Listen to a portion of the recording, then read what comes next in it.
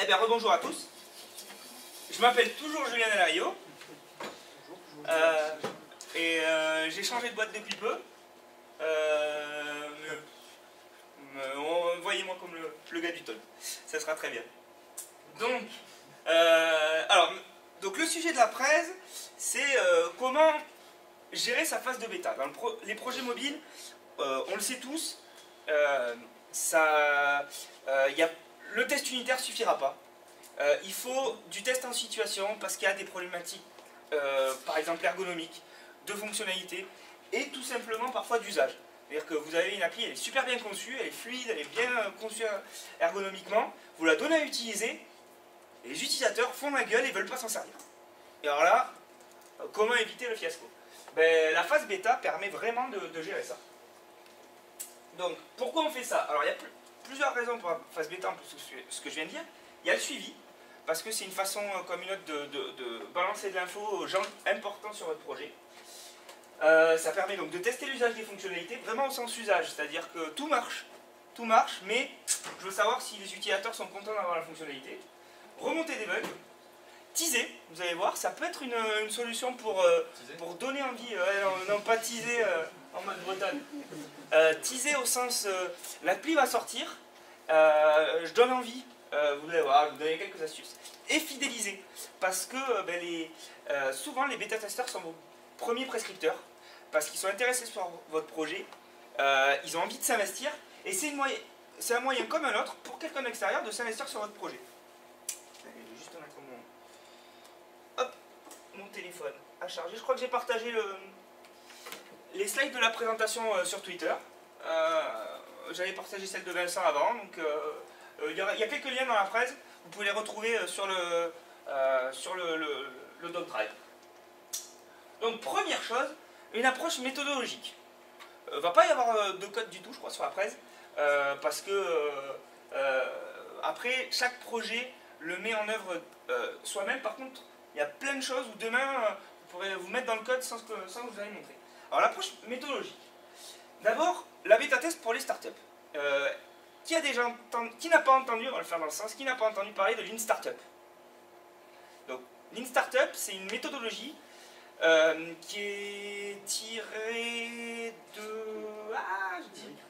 De Ouais, non mais j'allais dire que c'est dérivé des méthodes agiles, un petit peu, ça s'en inspire. Bon, ouais, enfin, c'est... ouais, de Lean. Ouais. Mais donc, le principe, c'est vous aider à incuber vos idées et sous forme cyclique, sur des cycles courts, à les faire amener en maturation.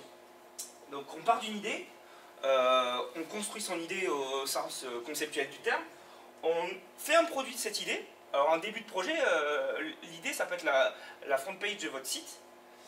On mesure, on cherche à mesurer quelque chose sur son produit. On analyse les données, on en apprend quelque chose et on repart sur l'idée améliorée par rapport à ce qu'on a appris. Voilà un peu le principe du Lean Startup. C'est très sympa, si vous cherchez, il y a de la documentation vraiment très intéressante sur ça. Et la bêta peut être une phase qui rentre super bien sur le produit.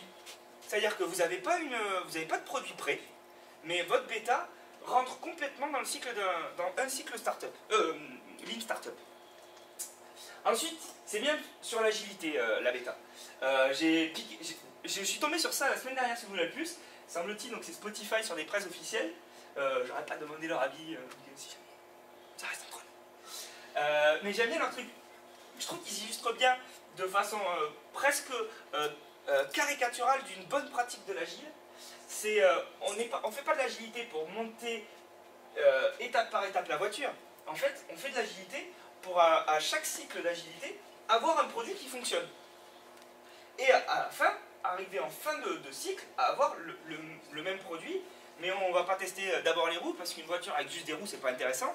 On veut tester des roues, ben on en met des petites et on fait une trottinette, quoi. Ça aussi, ça marche bien avec la bêta, où vous allez pouvoir du coup donner de la matière à tester à vos utilisateurs au fur et à mesure. Ben, là, dans ce cas-là, par exemple, votre bêta ne peut pas arriver avant là. Alors que là, votre bêta, vous en avez de quoi avoir à chaque fois pour retirer de l'enseignement et continuer à avancer. Après, c'est intéressant aussi pour le projet de suivi.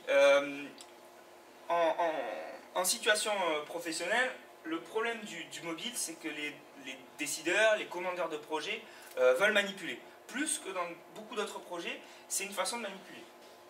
Donc c'est un bon moyen de faire du reporting, de dire tous les vendredis il y a une bêta qui sort, chef de projet mets-toi à jour sur ton truc, ou client mets-toi à jour et teste. Mais il faut foncièrement éduquer vos décideurs, vos chefs de projet ou quoi que ce soit, parce que ça a un gros problème. C'est que, et ça je l'ai vécu, c'est que vous donnez à tester un produit à quelqu'un qui va déjà croire que c'est une build finale. Donc voilà, je vous ai commandé un truc, ça y est, pas dedans. Oui mais non, ça y sera la semaine prochaine parce que c'est prévu dans la roadmap de la semaine prochaine. En attendant, tout le reste vous pouvez le tester. Et surtout, il faut trouver un protocole qui fonctionne, alors ça c'est à chaque équipe, qui va permettre de faire rentrer du feedback sans casser, bon ça c'est propre à l'agilité, mais sans casser les roadmaps à venir, parce que sinon vous faites exploser les budgets, vous faites... donc voilà, c'est une bonne façon la bêta d'impliquer votre client, je sais plus comment il s'appelle sur le site, enfin, sur l'organisation agile, le product owner. C'est un bon moyen la bêta d'impliquer le product owner dans votre projet. Et alors surtout on va parler de bêta soft, donc de matière à tester, mais il n'y a pas que ça en fait. Pour moi, la première bêta, c'est votre maquette. La première maquette, elle va vous permettre, donc vous dessinez, vous prenez il y a plein de fonds de cartes, entre guillemets, de fonds de téléphone sur le net, et vous dessinez vos interfaces. Vous découpez vos devices, et vous donnez à quelqu'un en lui disant, tiens, là c'est la page d'accueil de le premier écran de ma application, qu'est-ce qui te donne envie? J'ai envie de cliquer là. Voilà, hop, tu sors ton image, tu la mets par-dessus. Et comme ça, vous pouvez tester vos maquettes. C'est vraiment important pour, avant de perdre du temps à coder, se rendre compte de fonctionnalités de base. Genre, vous avez mis un truc, il y a quelqu'un, c'est la première question qui se pose, sauf que vous l'avez au niveau du 3e écran. Ah, on le met directement et on adapte les dessins. Ça permet de partir directement, de se projeter dans l'interface. Parce qu'un utilisateur, vous lui donnez des PSD, il ne se projettera pas.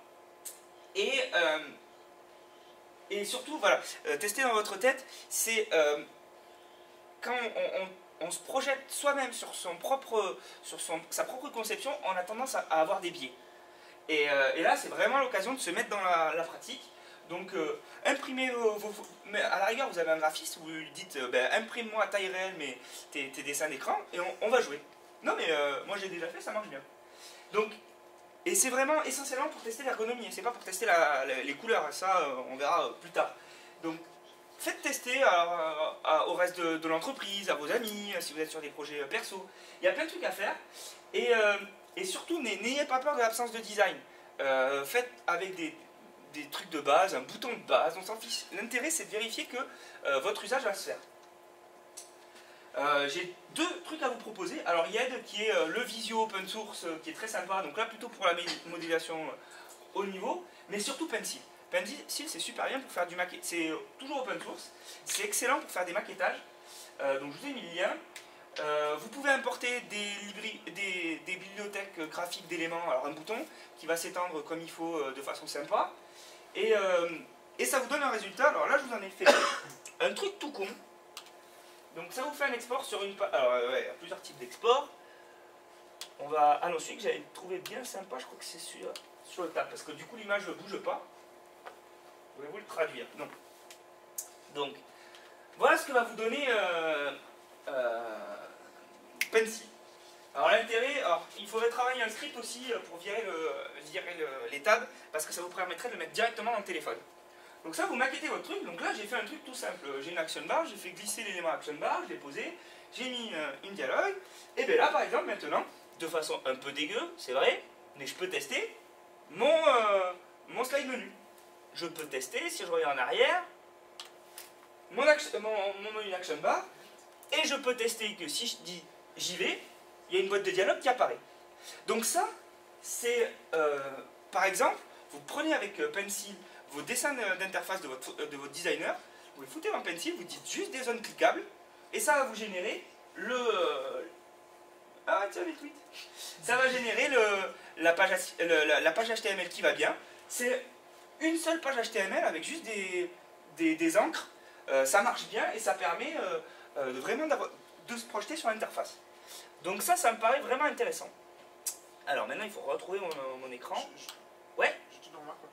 Quitte à faire ça, on peut par exemple envisager le développement de l'application, par exemple avec un framework HTML5, quoi. Au moins. Mais tu perds du temps parce que tu vas le développer. C'est ça qui est dommage. L'idée, c'est de gagner du temps à rien développer. Là, tu à partir de ton pencil, c'est pas ça qui va te sortir ton interface graphique derrière. Ah ben non, après tu vas le coder. Le but c'est de valider, valider à coût super zéro. C'est ça, à coût zéro, c'est-à-dire que ton graphiste, il peut faire ça. Il n'a pas besoin d'un développeur. Et tu le montres à ton utilisateur, ça t'a pas coûté ça. une ligne de code. Exactement. Il y a des, voilà, mais il y a des outils, qui sont inclus dans les frameworks de développement mobile comme j'ai l'Intel XDK qu'on a vu. Et ouais, mais le problème c'est que si toi tu es habitué à développer ton appli sur Android, sur le code source Android, tu vas pas te faire chier à mettre un framework cross-platform juste pour avoir l'interface. Là, Pencil, alors il y a d'autres trucs qui font. Le temps passé à maqueter, au final. Mais non, tu maquettes pas. T'as un graphiste. Le graphiste, il t'a fait son design. Ben, tu lui dis, mec, mets tes dessins, importe tes pages sur les trucs et mets des liens. C'est juste une zone cliquable et tu lui dis, ça gère en page et tu lui dis d'une page à l'autre. C'est fait. Une fois que tu as les images, c'est 30 secondes par page. En fait, là, pour préciser un peu, donc en fait, ça a aussi un autre nom, ça s'appelle la conception participative. En fait, on essaie de faire justement pas mal de prototypes, retour très rapide avec l'usager et d'intégrer justement pour évaluer très rapidement à beaucoup de cycles. Le coût gagné sur le fait de faire des proto-papiers, des maquettes plutôt que faire du code est vraiment énorme. Je veux dire, à partir du moment où tu te lances dans du code, ton code n'est jamais parfait, jamais parfaitement propre, et le modifier, déplacer un élément, le mettre dans un autre menu et compagnie, ça te prend toujours une plombe, que si tu l'as fait sur le papier ou sur une maquette comme ça va prendre 5 minutes, sur du code ça te prend parfois jusqu'à une demi-journée, des conneries comme ça. Le gain est monstrueux. Et t'as pas besoin de compétences, c'est-à-dire que là tu peux vraiment travailler directement avec le concepteur. Et c'est d'ailleurs valable pour tout type de développement, même en dehors d'Android. Faire du proto-papier, des maquettes en amont plutôt que de faire sur le dev, faire tester trop tard une fois que le papier est terminé, le truc est terminé, ça gagne un temps mais énorme. C'est ça. Donc n'hésitez pas, c'est vraiment intéressant. Il y a d'autres solutions, hein. J'ai mis ces deux parce qu'ils sont open source, ils sont gratuits, ils sont sympas. C'est comme l'open source en général, l'interface graphique c'est pas trop ça, mais ça fonctionne bien. Après, je vous laisse chercher les trucs payants si vous voulez taper dans une licence. Et donc, maintenant, truc important, déployer son application. Donc on rentre dans le concret, c'est-à-dire que je suis allé un peu plus loin, j'ai commencé à développer et j'ai envie d'envoyer à tester. Il y a la solution officielle. La solution officielle, donc c'est Google par le Play Store. Ça s'appuie sur la sphère Google. Donc ça, si vous ne voulez pas vous embêter avec Google+, ça passe par les Google Groups. Ça c'est simple. Ça a un gros défaut, c'est que ça demande dans les deux cas deux actions utilisateurs. La première, c'est de s'inscrire soit au Google Group, soit à la communauté. Et ensuite, vous avez un lien qui n'est accessible que si vous êtes, qui vous renverra un 404. Dans tous les cas où vous n'êtes pas dans soit le Google Group, soit la communauté que vous avez liée au projet. Et le problème, c'est que votre utilisateur, le temps que la communauté ou le Google Group prévienne le serveur du Play Store qu'il est bien enregistré et donc qu'il ne faut pas lui renvoyer un 404, vous pouvez vous retrouver à avoir l'utilisateur qui ne comprend pas pourquoi le lien que vous lui donnez ne marche pas. Donc ça, c'est un peu problématique. Par contre, ce qui est intéressant, c'est que ça pousse les mises à jour par le Play Store. Donc là, vous n'avez rien à faire, ça va venir une fois par jour, se mettre automatiquement à jour. Je vais y revenir, ça a quand même quelques défauts. Alors voilà comment ça se passe pour vous. Pour vous, vous avez donc dans votre console de dev, vous retrouvez vous avez le canal de production et vous avez deux nouveaux canaux qui apparaissent. Le canal bêta, j'ai dit une canaux. Ouais, mais vous aviez compris. Donc il y a deux nouveaux canaux qui apparaissent. Un donc bêta et un alpha. Donc dans l'état d'esprit où ça c'est tout début et ça c'est un peu plus ouvert. Et donc j'ai pas remis les screenshots parce que c'est un peu pareil, vous avez importé un nouvel APK, il y a juste une page en plus, un écran en plus qui apparaît pour mettre votre communauté ou Google Group. Donc c'est ça. Et donc quand vous allez cliquer, vous allez avoir ça. C'est ça. Alors donc ils mettent ajouter des Google Group ou des communautés. Donc vous pouvez en mettre un paquet. Ça c'est intéressant, qui vont être toutes accessibles par la bêta. Alors votre Google Group, votre communauté peut être fermée ou pas, peut être privée ou pas, peut être visible ou pas. Donc ça laisse quand même des possibilités fines du niveau de publication de votre bêta. Et derrière, ça vous donne le fameux lien dont je parlais. Vous n'avez plus qu'à leur donner à tester ça. J'ai pas mis le screenshot du truc. Ce qui est sympa, merci Rommout, c'est que maintenant, alors j'avais pas d'APK test pour vérifier, donc j'ai pris un screenshot de la console d'aide de Romain. Sur son appli maintenant, chose qu'on ne pouvait pas faire sur le Play Store il y a encore un mois, on peut mettre un changelog par bêta. C'était complètement aberrant. Vous poussiez des bêtas et l'utilisateur final comprenait pas, il avait le changelog de la version en prod. Donc c'était très confusant.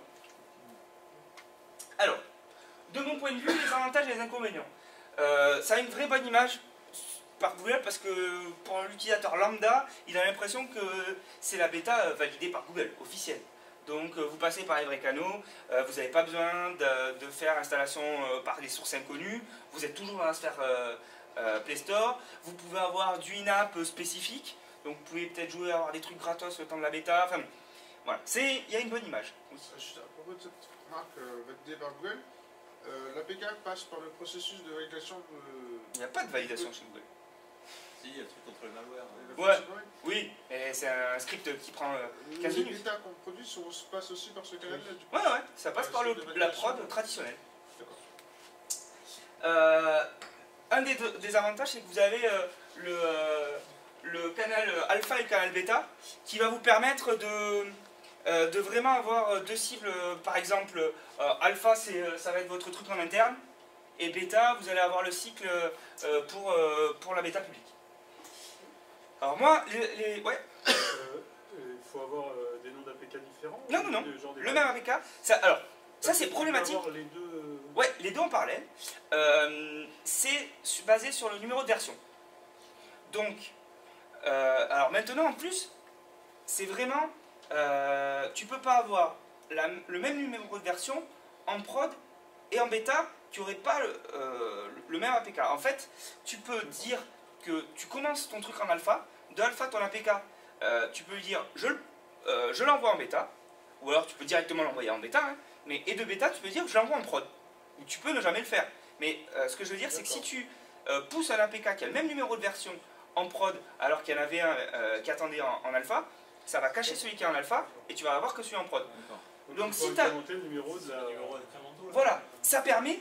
alors nous on faisait une erreur à Level Up, c'était qu'on faisait passer du coup, on avait nos builds bêta et alpha, et on faisait une build finale qu'on mettait en prod, mais ce qui est dommage, c'est que c'est confusant pour l'utilisateur final, parce que ceux qui sont en bêta, alors ça posait des problèmes, ceux qui étaient en bêta, parce que ça venait s'installer par-dessus, je sais que ça nous avait posé pas mal de problèmes, de passer directement les versions de prod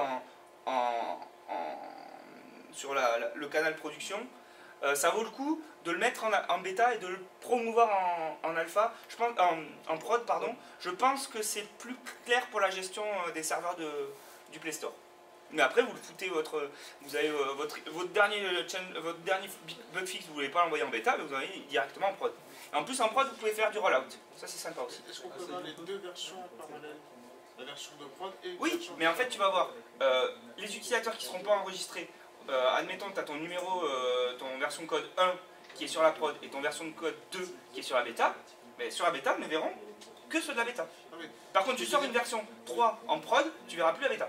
Mais l'utilisateur final, est-ce qu'il peut avoir les deux versions de l'APK en même temps sur son téléphone? Ah ben non. Bah non, ton téléphone Android te permet.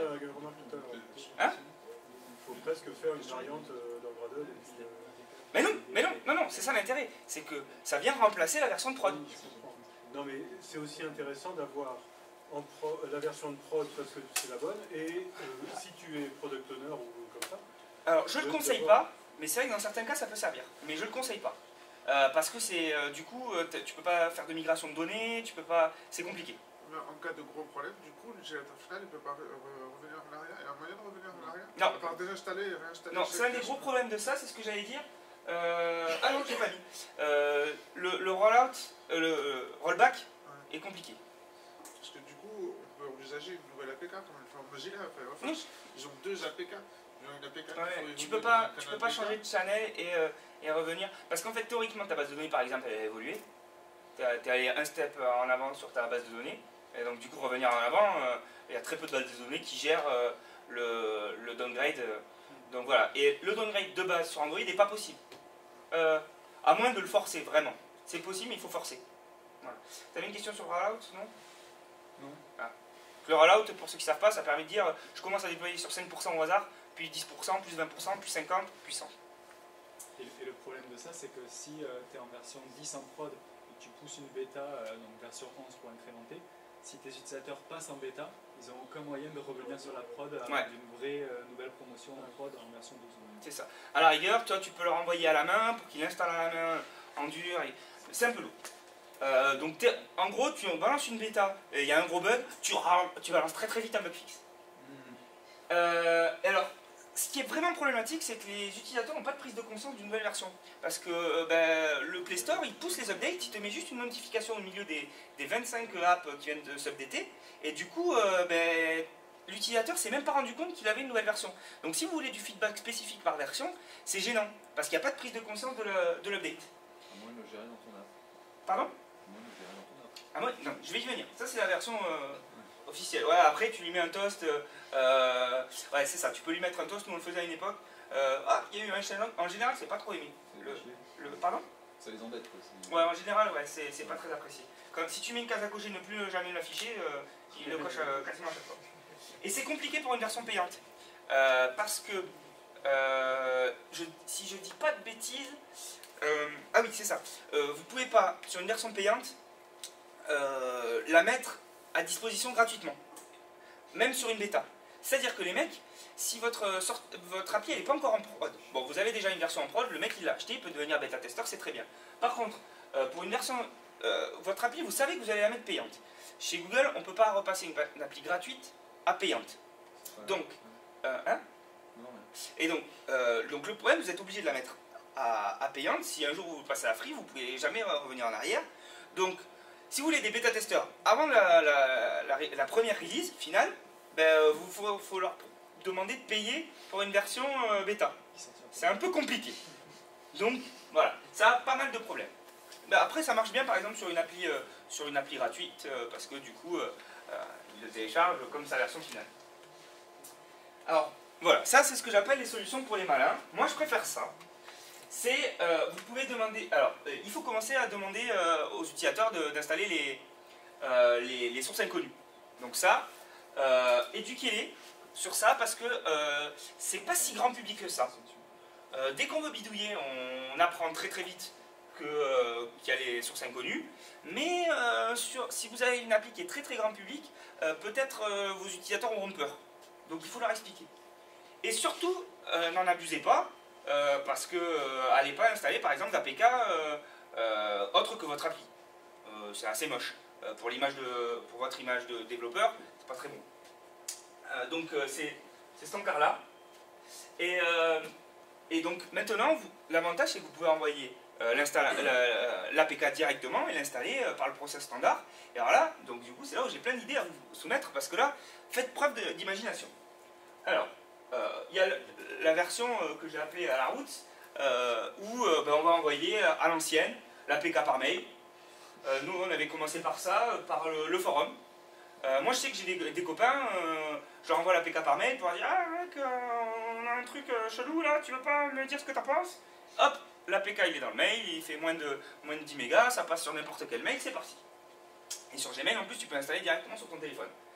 On avait fait ça aussi, on avait un forum, on avait trouvé un moteur de forum open source qui gérait bien des utilisateurs bêta et tout comme ça, je sais plus ce que c'était. Donc on avait la possibilité, tu t'enregistrais, enfin ça se fait avec n'importe quel forum, hein. Au final si tu t'enregistres sur tel thread, tu peux télécharger l'APK, comme ça tu peux discuter avec l'utilisateur par le forum. C'est un peu lourd mais bon, donc c'est pas cher, voire gratuit, et tu gères à 100% ton truc. Ça demande une gestion qui peut être laborieuse, il faut avoir sa mailing list et conneries comme ça. c'est pas forcément à des moments adéquats, parce que ce que j'appelle sollicitation pas forcément à des moments adéquats, c'est que tu vas envoyer le mail, par exemple. Le mail, on le fait tous. Le mail, on le met en lu, on n'y pense plus. Donc vous n'êtes pas sûr que votre utilisateur gère bien son suivi de version. C'est un peu problématique. Ça peut nécessiter un développement spécifique si vous avez votre propre site. Et vous n'avez pas forcément de métriques sur savoir combien d'utilisateurs ont téléchargé, et ainsi de suite. Surtout par le mail. Après, vous avez des solutions clés en main. Ma préférée, moi, c'est Okiapp. Il y en a plein d'autres, j'en ai cité plein, je vous laisse chercher. Dans les très utilisés, il y a Crashlytics, je dirais peut-être Applausa, un peu plus. Et après, il y avait TestFlight. TestFlight, historiquement, ils sont sur iOS. Ils ont fait du Windows Phone et du Android avant de se faire racheter par Apple. Donc, il y a eu un billet de... Il y a eu un échange pseudo-officiel comme quoi, là, le support Android est encore possible. Je suis même pas sûr que ce soit possible sur les nouveaux projets. Mais fin mars, c'est fini, je crois. Pardon? C'était le 21 mars. Ah oui, on est en avril. Ah oui, ça y est, c'est fini. Donc TestFlight, c'était un truc qui était bien aimé, mais ça marche plus. Donc l'intérêt de ces solutions de clé en main, c'est qu'on ajoute un SDK, c'est une lib, sur Okiapp c'est une lib, pardon. Dans le cas d'Okiapp, on ajoute une ligne dans la classe application. C'est au onCreate de la classe application. Vous avez vous avez deux lignes en fonction de ce que vous voulez. C'est check update et check crash, parce qu'il y a des fonctionnalités de remontée de crash. Et puis c'est tout. Ça se débrouille. De base, ça se débrouille pour vous. Alors, dans le cas d'Okiapp, ce que ça va faire, ça va mettre donc vérifier sur leur site internet, juste, oui, il faut par contre pousser l'APK sur le site internet, bien sûr, ils ne vont pas l'inventer. Ils étaient en train de travailler sur une façon de l'automatiser par une API, donc votre serveur Jenkins, potentiellement, à terme, il va pouvoir envoyer automatiquement sur Okiapp et gérer le changelog et compagnie.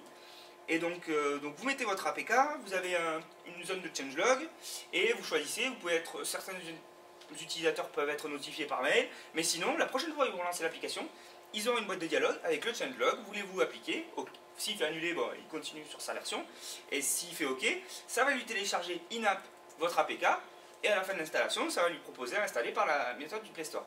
Ce qui est intéressant, c'est que le taux de mise à jour est bon. Parce que l'utilisateur a le changelog, c'est dans son usage, il vient de lancer l'appli. S'il est habitué à ce que l'installation se fasse en moins d'une minute, il sait qu'il peut attendre une minute, il va avoir potentiellement des bugs fixes, des nouvelles fonctionnalités. Donc normalement, le taux de suivi de version est assez intéressant. Dans le cas de Okiapp, en plus, il y a la remontée des crashs, il y a des statistiques, et depuis peu, je ne sais pas si je l'ai mis après, il y a la possibilité de gérer du feedback. Donc c'est vraiment une solution clé en main. Okiapp, ça coûte 5 ou 9 $ par mois pour 5 applis, je crois, un truc comme ça, Romain. Donc c'est pas très cher et ça permet vraiment de faire des trucs sympas. C'est un gros défaut, est-ce que je l'ai mis après? Voilà, donc meilleure conversion, meilleure maîtrise, l'utilisateur est actif sur le long terme. Et alors ça a un inconvénient, il faut bidouiller avec les termes de service du Play Store. Potentiellement sur le Play Store, Google ne veut pas qu'une appli s'auto-update. Donc, deux solutions. Okiapp vous met à disposition une page publique sur laquelle vous pouvez télécharger l'APK. Alors, nous on avait fait dans Beautiful Widget à une époque, on avait voulez-vous participer à la phase de bêta? Le mec il avait une case à cocher et paf, ça lui proposait la boîte de dialogue pour télécharger la mise à jour. Ça, Google le vérifie pas encore automatiquement. C'est-à-dire qu'ils font jouer la clause du s'auto-update interdit que si vous en abusez vraiment et que vous faites n'importe quoi. Sur une bêta, c'est encore toléré. Mais bon, dans la pratique, le plus simple pour bidouiller ça, c'est que vous avez un site web mobile quelque part, depuis votre appli, vous envoyez avec un bouton « Je veux rejoindre la bêta », ça ouvre le navigateur avec votre APK, il le télécharge, il l'installe, et ça y est, c'est plié dans votre bêta. Donc ça peut être très facile, et là, pour le coup, l'effort de mise en place pour le développeur, l'utilisateur, n'est pas énorme. J'ai aucune idée du temps. Il te reste 1 minute. Ah, il me reste un quart d'heure. Nickel. Merci, bien essayé. Et après, si vous êtes Google, vous pouvez être un truc de fou. Eux, ils ont. Parce que voilà, c'est aussi un peu l'état d'esprit de Chrome, il y a deux canaux. Là, je l'ai bien dit. Mais en termes de marketing, c'est compliqué. Allez expliquer à vos utilisateurs que sur le store, vous tapez Google Chrome Alors ce qui est marrant, c'est ici le troisième élément de recherche, c'est Firefox. Donc, le mec il tape Google Chrome, voire que Chrome, et il a comme deux premiers trucs, navigateur Chrome, deux fois par Google Link. Ah merde. Donc il faut bien qu'il a écrit en gros bêta. Mais ça a un gros défaut, c'est que vos utilisateurs ils seront toujours bloqués sur la bêta. Si, alors, Google gère une gestion de synchronisation des données entre tous les navigateurs Chrome, donc passer du navigateur bêta au navigateur normal, c'est possible avec la synchro, mais si vous ne gérez pas votre propre méthode de synchro des données, ben, vous ne pourrez jamais migrer vos utilisateurs. Ça peut être problématique. Surtout si vous avez une version gratuite et une version payante. Voilà, donc la bêta, vous l'avez déployée, maintenant il faut que ça soit utile, on ne donne pas juste de la fonctionnalité. Donc on va aller chercher à collecter les bugs et les crashs. C'est pas la même chose, les bugs c'est fonctionnel, les crashs c'est vraiment des plantages. Pour les crashs, oubliez la console du Play Store, elle vaut rien. Essentiellement parce que déjà elle gère pas ProGuard, ce qui est... enfin bon. Utilisez, il y a plein d'outils clés en main, super sympa, pas cher. Le premier, celui que je préfère... Pardon ? ProGuard, c'est ce qui offusque ton code. Le premier, celui que je préfère, c'est Accra, c'est développé par... j'ai oublié son prénom. Kevin Godin.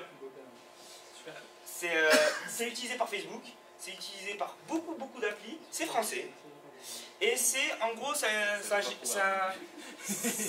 intercepte les remontées d'exception au top niveau de votre application, et ça en fait quelque chose, donc ça les envoie sur un serveur. À une époque, ça les envoyait sur un formulaire Google Doc. Maintenant, il a géré un back-end, et surtout, il est open source, et il y a plein... Tous ceux qui sont là savent s'interfacer. Donc, après, sinon, vous avez OkiApp, vous avez BugSense, vous avez Critter Season, voilà, plein de solutions, plus ou moins payantes. Pardon ? Il n'y a pas de ProGuard non plus. Hein. Qui ça ? Non, il t'envoie les... ah oui, pardon. Par contre, .d, .c, oui, il te remonte les trucs, mais après, tu peux avoir un back-end qui, lui, va gérer ProGuard. OkiApp fait ça. OkiApp, tu lui donnes ton fichier de mapping ProGuard, lui, il prend les stacks OkiApp, c'est Accra. Et il va derrière remapper pour le rendre lisible. BugSense avait été par exemple avec Kevin un peu en discussion tendue, parce qu'il reprenait exactement le code parce que la licence le permettait, il ne citait jamais Accra. Ils ont changé depuis, parce qu'ils ont compris que c'était pas très joli. Ce qui est très intéressant, c'est que vous avez des infos complètes. J'ai un screenshot à peu près. Après, ça peut être vraiment très complet. Vous pouvez avoir des statistiques, savoir quel crash qui remonte qu'une fois et celui qui remonte 1000 fois. Vous pouvez le mettre aussi sur votre version de prod, ça c'est important. Vous pouvez l'intégrer avec votre tracker. Par exemple, nous on était sur Jira. OkiApp propose un export vers Jira. Et surtout, vous allez pouvoir supporter ProGuard en après.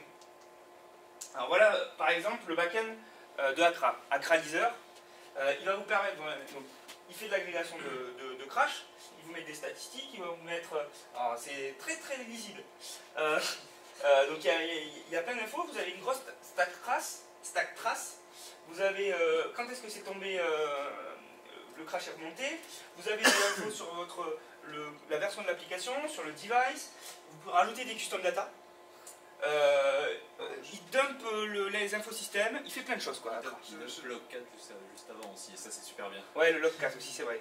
Généralement, l'utilisateur est au courant de ce truc-là, que c'est installé sur son bêta. Parce que, pas forcément. Pour le.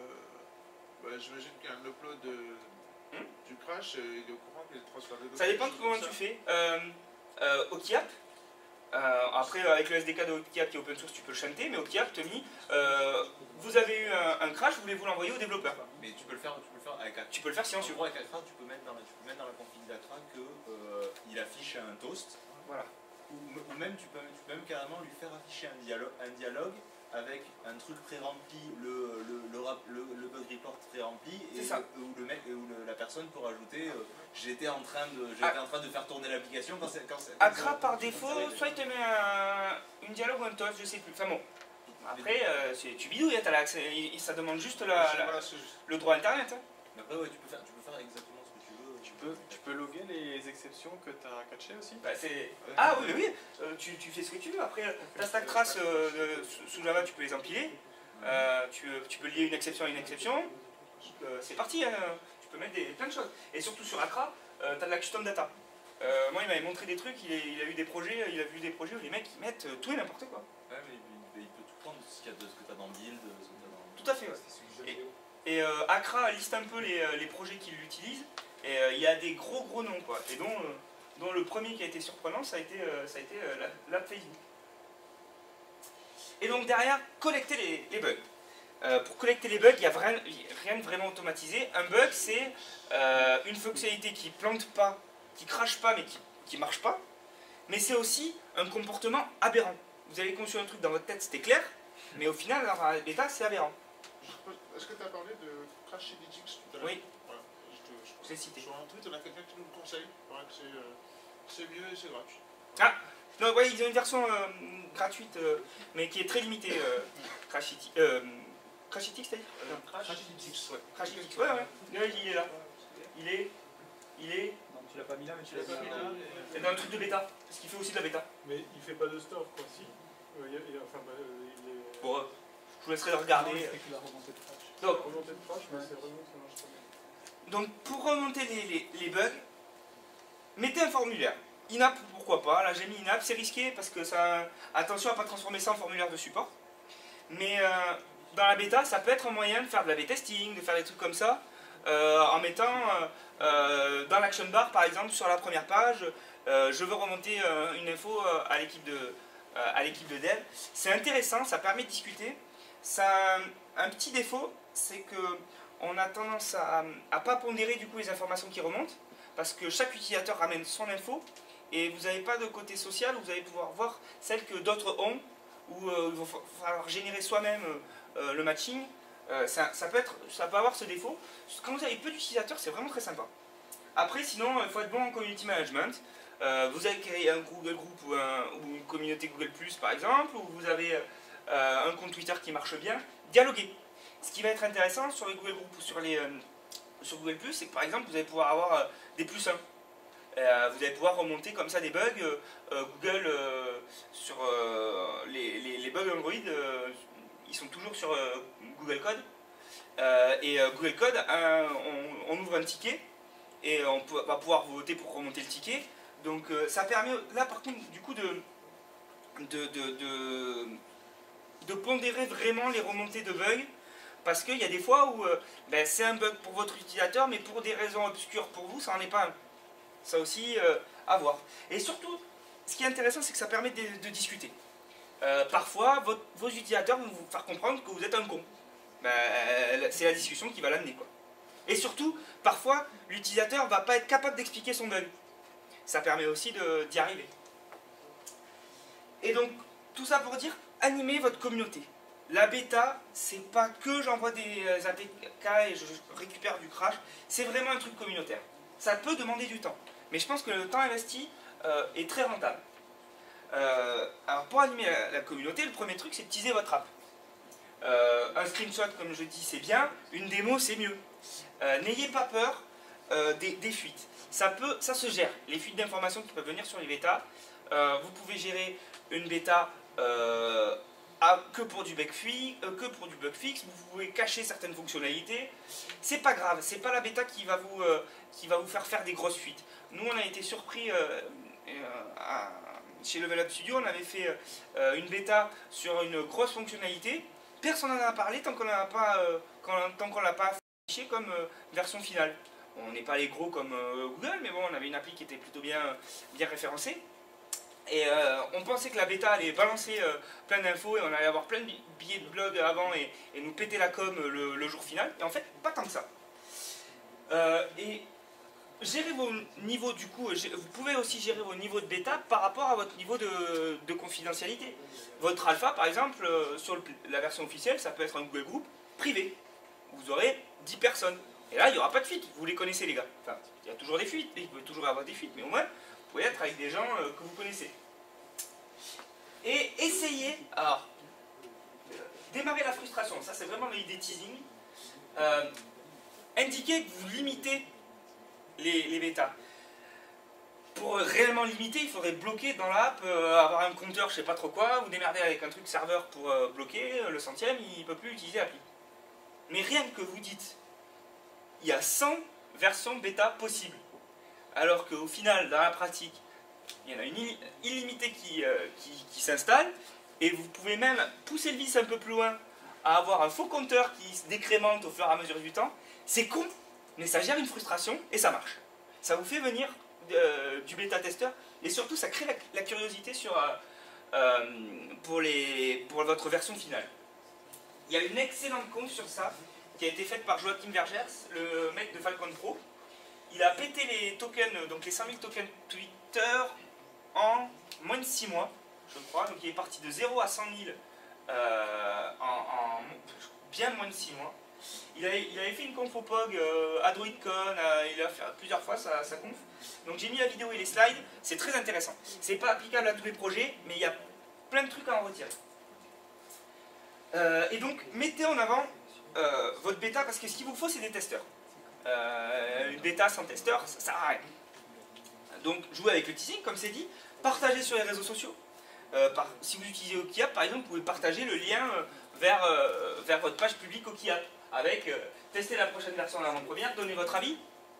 Vous dialoguez avec votre utilisateur, donnez votre avis, voilà, trouvez un moyen de l'investir avant même d'avoir téléchargé. Et parce qu'il y a deux risques majeurs qui sont posés. Si vous n'avez pas assez d'utilisateurs, le problème c'est que comment qualifier le feedback? J'ai eu 3 remontées sur 18 utilisateurs. Est-ce que c'est par hasard ces 3 trucs qui sont remontés parce que je suis tombé sur un mec daltonien et il me fait remarquer qu'il ne voit pas la couleur, ou est-ce que si j'en avais 1000, ça serait le truc qui remonterait en gros? Ça c'est un problème de statistiques sur les petits chiffres. Et surtout vous aurez le problème de est-ce que j'ai suffisamment d'utilisateurs qui ont tout testé et donc du coup qui ont fait cracher l'appli aux bons endroits. Et après si vous avez trop d'utilisateurs, nous on est monté avec BW jusqu'à 17 000. S'ils sont trop nombreux, comment les migrer vers la version finale? Déjà, si vous voulez les migrer vers la version finale, parce que c'est la version finale qui peut vous ramener du pognon. Nous, c'était pas notre cas, on ramenait du pognon aussi sur la bêta. Et sinon, l'autre problème avec le gros volume, c'est de ne pas se transformer en une version comme une version finale où ça va demander autant de support, autant de trucs comme ça, ça sera trop grand public, vous aurez trop d'infos à gérer. Une bêta, en fonction de votre application, entre 50 et 200 testeurs, c'est déjà pas mal. C'est déjà qualifiant, on peut avoir de la bonne remontée d'infos. Si vous arrivez à taper le millier, ça peut se gérer, mais essayez de ne pas aller trop haut. Suivez l'usage de votre bêta, c'est important. Est-ce qu'elle a été installée? Est-ce qu'elle a été téléchargée? Est-ce qu'elle a été téléchargée et installée? Vous verrez, il y a pas mal de pertes. Parce que ça va vous permettre de savoir si votre masse critique d'utilisateur, donc suite au défaut juste avant, est atteinte. Ça va vous permettre de vérifier que les comportements de vos bêta-testeurs soient pas trop différents de vos testeurs finaux. Si vous mettez du Google Analytics par exemple, vérifiez que le comportement en entrée dans l'application soit pas complètement aberrant par rapport au même stat pour votre version finale, que ça ne fasse pas de gros biais sur vos remontées d'infos. Ça peut arriver que parce que vous avez des utilisateurs très avancés dans votre bêta, vous fasse remonter une grosse problématique pour eux, vous pouvez passer du temps à le corriger, et au final, c'est utilisé par personne parce qu'en fait, ils ne représentent pas les utilisateurs finaux. Donc faites attention. Et ça permet aussi de vérifier que, par exemple, si vous avez au fin fond d'un écran un truc à tester, que ça soit testé. Si dit, ça c'est vrai même pour les user voice, par exemple. Tout à fait. Enfin, tu as 3 personnes qui veulent une fonction, ou 50, enfin sur les petits nombres. Comment qualifier, c'est ça. Ou on pourra en reparler sur toute une conf aussi. Donc différenciez bien les stats des bêtas des autres. Si vous faites du Google Analytics, ça vaut peut-être l'intérêt d'avoir 2 ID, ou d'avoir, je sais plus, il y a un moyen de séparer pour le même ID, de les différencier, enfin je sais plus. Donc c'est pas cher avec Google Analytics et ça s'intègre facilement. Rien que vérifier l'enchaînement des écrans, c'est une ligne par activity sur Google Analytics. Donc c'est vraiment facile. Et surtout, fidélisez vos testeurs. il faut vous dire que si demain vous voulez devenir testeur d'une application, c'est un investissement. C'est avoir envie d'apporter quelque chose à l'application. Parfois ça peut être avoir envie de tester un truc en avant-première, mais c'est aussi, on veut être en avant-première parce qu'on aime déjà l'appli. Donc il faut fidéliser les testeurs et les encourager à rester soit dans l'appli, soit dans le bêta testing. Donc là, bon, je vous mets des idées, c'est non exhaustif. Faites en fonction de ce que vous avez dans votre appli, mais ça peut être des vraies avant-premières. Une fonctionnalité qui ne sortira pas avant 15 jours pour les autres. Et là, eux, ils peuvent vraiment tester avant. Parlez-leur. Donc ce que je disais, ne coupez pas le dialogue, c'est important. Moi j'ai vu des bêta-tests où on ne voit jamais personne de l'équipe parler avec les testeurs. Et les testeurs parlent entre eux. Ils remontent des problèmes, ils ne savent pas pourquoi. Donc et du coup, au bout d'un moment, ils ont l'impression d'être pris pour des cons, ils se barrent. Alors ça peut être, mettez-leur des promos. Nous on avait fait ça sur BW. Les testeurs avaient un code de réduction valable les 2 jours avant la release. S'ils l'activaient, ça leur permettait de ne pas payer l'appli ou je sais plus trop quoi. Ça c'est intéressant aussi. Mettez en place rapidement les demandes de vos testeurs. Prouvez que le dialogue est utile. Parce que dialoguer avec eux c'est bien. Leur montrer qu'on ne dialogue pas pour rien c'est mieux. Et laissez-les discuter entre eux. Ça va clasher. Nous sur BW on a assisté vraiment à des clashs chelous. Complètement chelous. Les mecs ils se battent pour non le pote de dialogue je la veux pas. C'est la faute, tu t'imagines pas, ça sauve la vie. Bon, il y a des mecs qui sont capables de passer vraiment 1 heure à dialoguer sur ça et à se foutre sur la gueule. Venez modérer un peu quand même, mais laissez-les discuter, ça peut ramener de bonnes idées. Donc voilà, pour des conseils pour gérer votre bêta-test, il y a plein de trucs à faire. On va dire que c'est des bonnes pratiques, ou en tout cas c'est des choses que moi j'ai fait dans mon activité professionnelle qui ont été plutôt positives. Il n'y a pas de façon unique de faire de la bêta. Faut parfois être juste très malin. Donc n'hésitez pas à partager. Si à la rigueur vous voyez d'autres applis, demandez-leur comment ils ont fait, si ça a marché. Voilà, c'est être malin, intéresser le bêta-testeur, être capable de qualifier ce qu'il va vous donner, gérer finement les infos qui sortent ou pas. Donc soyez créatifs, ça va vous permettre de vraiment faire avancer votre appli. Si vous avez des questions, avant les bières, et après on va sortir les bières, n'hésitez pas. On n'a pas vu qu'ils faisaient de la B-testing. Alors, je sais que Google en fait. Et j'avais... Alors, non, sur Android aussi. J'avais assisté l'année dernière à Google I.O. à une conf sur les testings chez Google. Ils font de la B-testing, jamais en public.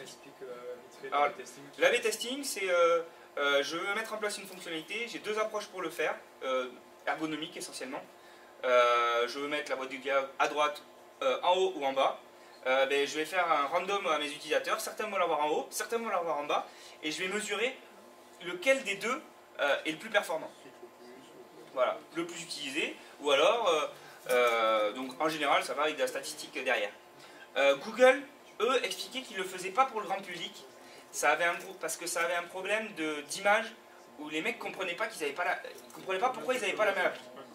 Donc il faut vraiment, pour l'A/B testing, des gens soit qui connaissent pas l'appli, souvent c'est ça d'ailleurs, c'est pour des nouveaux trucs, donc soit des nouvelles fonctionnalités, soit des gens qui connaissent pas l'appli, soit des gens qui comprennent que c'est du bêta testing et qu'ils n'auront pas forcément la version finale, que si dans le cadre d'un A/B testing, c'est peut-être pas la version finale qu'ils ont parce que ça va peut-être pas marcher aussi bien que ça devrait. Du coup, ça oblige à gérer plusieurs canaux de bêta ou comment ça marche? Non, en général, tu as dans ton code source, si random 0 sur... random 1 sur 2, tu fais ça, sinon random 1 sur 2, tu le mets en bas. C'est souvent fait en mode web avec plusieurs serveurs, ou un load balancing, ouais. devant, etc. Ça, c'est ouais, sur le web. Mais à l'heure actuelle, c'est pas Je me possible. demandais s'il y avait des outils côté Android qui... Le Play Store, en tout cas, les canaux du bêta alpha ne peuvent pas faire ça. Ouais, t'es obligé de le faire dans le code et gérer tes propres stats, quoi. Tu peux pas choisir, dans tes canaux alpha ou bêta, de dire je veux déployer sur 10% de mes inscrits. Non. Donc c'est dans le code voilà, du random aléatoire. Ça veut dire Du que random Pas aléatoire. sur le user ID. Attends, il y en a qui se foutaient de ma gueule sur mon random aléatoire. Je t'ai pas entendu. Non, je disais que tu peux toujours le faire un truc random mais associé au user ID. Ouais, il y a plein de façons de le faire, mais là aussi il faut bidouiller un peu. Il quoi qu'il Tu fais arrive. du random pen, toi. Quoi qu'il arrive, c'est dans le code. Ça, c'est ce que je veux dire. L'A/B testing à Level Up, alors moi, j'ai jamais trop poussé, ça a été des longues discussions, parce que je trouve que c'est... Hein? Non, moi j'ai été un peu contre parce que je trouve, c'est peut-être une prise de position un peu con pour le principe, mais je trouve que c'est difficile à qualifier derrière. Non, à qualifier c'est facile. Il faut les bonnes métriques. Pour le coup, voilà. À qualifier l'A/B testing ça peut être facile, en gros c'est oui ou non, donc là c'est facile. Par contre je trouve que c'est difficile à amener à l'utilisateur. Et c'est quand est-ce que ton concept dans ta tête est suffisamment avancé pour que tu aies vraiment deux idées distinctes, que tu n'arrives pas à voir pourquoi l'une serait meilleure que l'autre et donc il faut tester. Et je trouve que dans le mobile, les cycles d'update sont tellement fréquentes que Google avec Google Plus est le premier à faire de l'A/B testing enfin, pas vraiment de l'A/B testing, il fait Google Plus, c'est une application qui fait de l'A/B testing de 15 jours. Constamment. Voilà. Tu rafraîchis 10 fois ta page, tu n'auras pas les mêmes posts dessus. Exactement. Donc bon, à voir chacun, là c'est en fonction des habitudes de la boîte. D'autres questions? Bande de timides? Il y a la bière qui arrive, ceux qui en soif. C'est ça, Bière et cacahuètes. Ben merci beaucoup. Merci à toi. Non, l'utilisation des sites, enfin par exemple Twitter, ils utilisent leur site web mobile pour tester, pour le déployer sur l'app native. Est-ce qu'il y a des gens qui ont déjà utilisé ça ou Alors, c'est développé dans les apps? Twitter, je sais pas pour les bêtas comment ils fonctionnent. Facebook, il passe par un Google Group. Il y a un Google Group, Twitter aussi, un Google Group et le truc officiel du Play Store. Ce qui est intéressant, c'est que Facebook, pour le coup, je crache souvent sur les développeurs Facebook, mais leur Google Group sur l'app mobile est pas mal. Tu rentres, tu as un tuto énorme sur attention, devenez bêta-testeur, c'est important pour nous, mais c'est pas faire n'importe comment. Vous allez sûrement pas être content parce que c'est des trucs qui vont arriver, on n'est pas encore finalisé. Et surtout que je sais comment ils développent derrière chez Facebook. En général, on code crade et après on nettoie avant la release finale. Donc eux, ils ont fait une bonne approche vraiment pédagogique. Twitter, je sais pas. Twitter, ils commencent à développer, ils testent sur leur site web, en fait, mobile web. Ah ouais, d'accord. Et après, ils répliquent, ils font la testing là-dessus. D'accord. Ouais, mais c'est vrai que du coup, Twitter d'ailleurs. Mais non, mais il y a un canal bêta pour l'appli Twitter. C'est pareil, c'est Google Group. D'accord. Mais même les gros font de la bêta.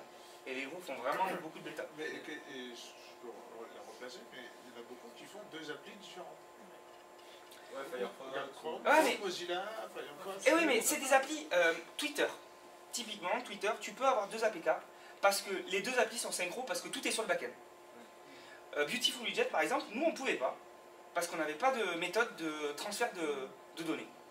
Si le mec il avait les deux applis en parallèle, il était obligé de mettre les deux widgets et s'il voulait revenir sur la version finale, ben oui, mais du coup ça a un coût. Nous on n'en a jamais eu besoin de mettre cette fonctionnalité, elle a été demandée, mais on n'a jamais eu. C'est gérable dans le code, ça. C'est gérable dans le code de partager les data avec. Non, c'est super relou. Un truc à la con, ton dossier de données est sur le nom de package. Ton dossier c'est /data, comme.mon package, / et là tu as tes données. Comme c'est le même développeur, il peut s'arranger. Non mais il peut toujours, mais ça a moi je trouve que ça a un coût qui est très rarement valable. Hein? Non, j'ai entendu un truc là. Bon, vous avez soif? Ouais. Allez, on va sortir la merde. Il est comme ça. Yes. C'est là. Moi, j'aime pas.